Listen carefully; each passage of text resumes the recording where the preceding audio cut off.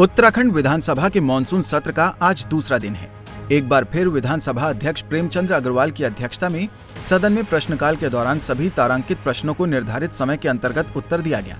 आपको बता दें कि प्रेमचंद अग्रवाल के विधानसभा अध्यक्ष बनने के बाद 25 बार विधानसभा सत्र के दौरान सदन के भीतर प्रश्नकाल के दौरान विधानसभा सदस्यों के तारांकित प्रश्नों को निर्धारित समय सीमा के अंतर्गत उत्तर दिया गया है। इस अवसर पर विधानसभा अध्यक्ष ने सत्ता पक्ष और विपक्ष के सभी विधायकों को सदन को सुचारू रूप से संचालित करने के लिए और सहयोग करने के लिए आभार व्यक्त किया। प्रेमचंद अग्रवाल ने कहा कि सभी मंत्रियों ने भी पूरी तैयारी के साथ प्रश्नों का जवाब देकर सदस्यों को संतुष्ट किया।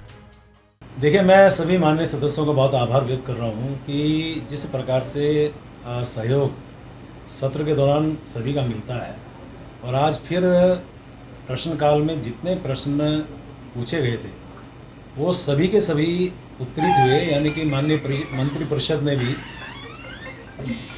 जितने भी हमारे मंत्रीगण थे सबने उनका सकारात्मक जवाब दिया और 1 घंटा 20 मिनट की अवधि में 20 प्रश्न तो तारांकित थे और 2 प्रश्न अल्पसूचित थे और 1 प्रश्न पिछली बार का स्थगित था, यानी 23 प्रश्नों के सापेक्ष यदि हमने जो स्थगित किए थे उनको छोड़ दें तो सभी प्रश्नों के संतोषजनक जवाब माननीय मंत्रीगणों के द्वारा दिए गए। मैं उनको भी साधुवाद दे रहा हूँ, सभी माननीय सदस्यों को भी आभार व्यक्त कर रहा हूँ कि वो बड़े अच्छे ढंग से इस सत्र की कार्रवाई में अपना सहयोग। सत्र के दूसरे दिन आज पटल पर 7 विधेयक भी रखे गए हैं।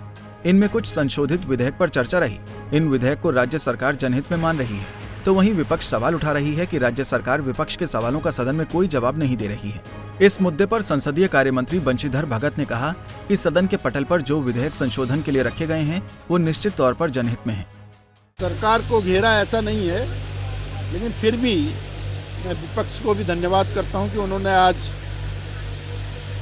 प्रश्नकाल चलने दिया है, अच्छी परंपरा डाली है और प्रश्नकाल में जो भी प्रश्न आए हैं हमारे मंत्रियों ने उनका जवाब दिया है, उसका लाभ प्रदेश की जनता को मिलेगा। और विशेष रूप से जो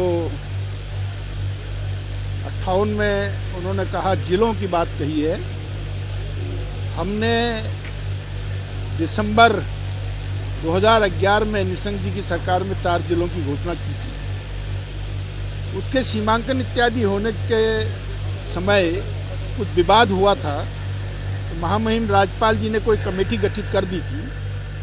उस कमेटी के गठन होने तक उस सरकार का समय पूरा हो गया।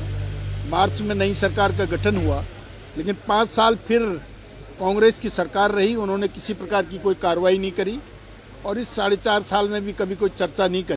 तो वहीं सत्र के दूसरे दिन सदन में महंगाई के मुद्दे पर विपक्ष ने सवाल उठाए। हालांकि राज्य सरकार ने अपने जवाब में कहा कि डीजल, पेट्रोल और गैस की कीमतों में राज्य स्तर पर अभी कोई कटौती नहीं होने वाली है। सरकार के इस जवाब से नेता प्रतिपक्ष प्रीतम सिंह असंतुष्ट नजर आए। पंजाब केसरी टीवी के लिए देहरादून से कुलदीप रावत की रिपोर्ट। हमसे जुड़े रहने के लिए हमारे YouTube चैनल को सब्सक्राइब करें और नई वीडियो की नोटिफिकेशन के लिए बेल आइकॉन को दबाएं। अगर आप ये वीडियो Facebook पर देख रहे हैं तो लाइक जरूर करें और ज्यादा से ज्यादा शेयर करें। धन्यवाद।